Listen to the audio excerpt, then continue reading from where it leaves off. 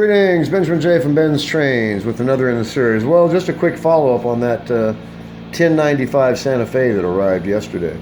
As you can see, I've got the motor mount sorted out, put a screw in it, and actually did a bit of a modification, and this screw works just absolutely perfectly. It's below flush, looks nice. Anyway, as you see, it's up and running. It has a B unit that I already had. Anyway, this old locomotive is running really well, as you see. Now, the interesting thing about this, it's been 24 hours. It's been thoroughly cleaned and lubricated. And that's now 50% power.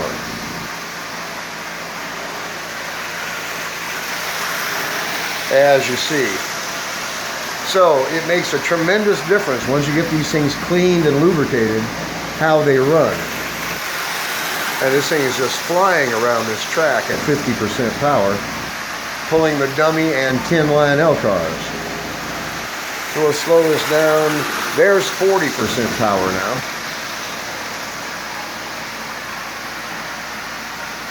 So as you see, once you get them lubricated, running and clean, the longer they run, the better they run.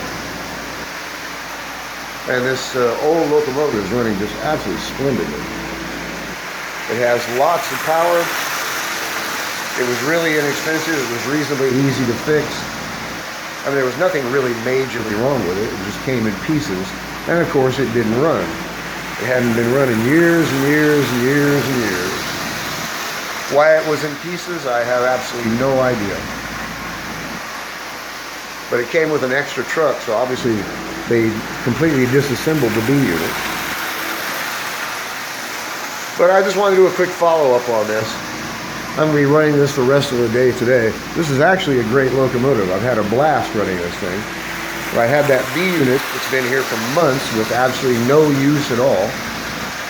So that put that back into service. I've got a really decent 1095 up and running, as you see. And it was 14 bucks. Now I've had $100 worth of fun just working on it.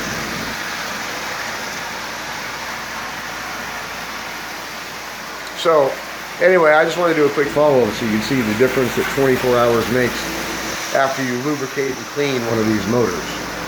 And I did replace the spring in the contactor. It was really, really corroded.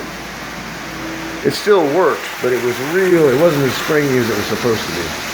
So anyway, just pulled the contactor off, swapped out that spring, got the motor mounted correctly, as you see. Headlights working, E unit's working. I had that old B unit, so a complete 1095 set for 14 bucks. That's the way I looked at it. Anyway, and I had the fun of bringing this old dilapidated locomotive back to life. And of course, I was the only bidder on it. You can find some decent junk on eBay, you know, and you're probably tired of hearing it, but I've got to say it. Don't overlook the junk. Once you know how these motors work, and if you have parts and the tools, you can fix anything you can find on eBay. And if you can't fix it, use it for parts. I mean, that's what I do.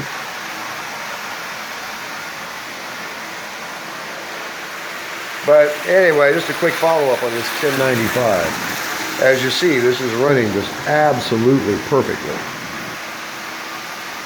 It looks nice, it's powerful. It's got the B unit now. Motor's mounted correctly.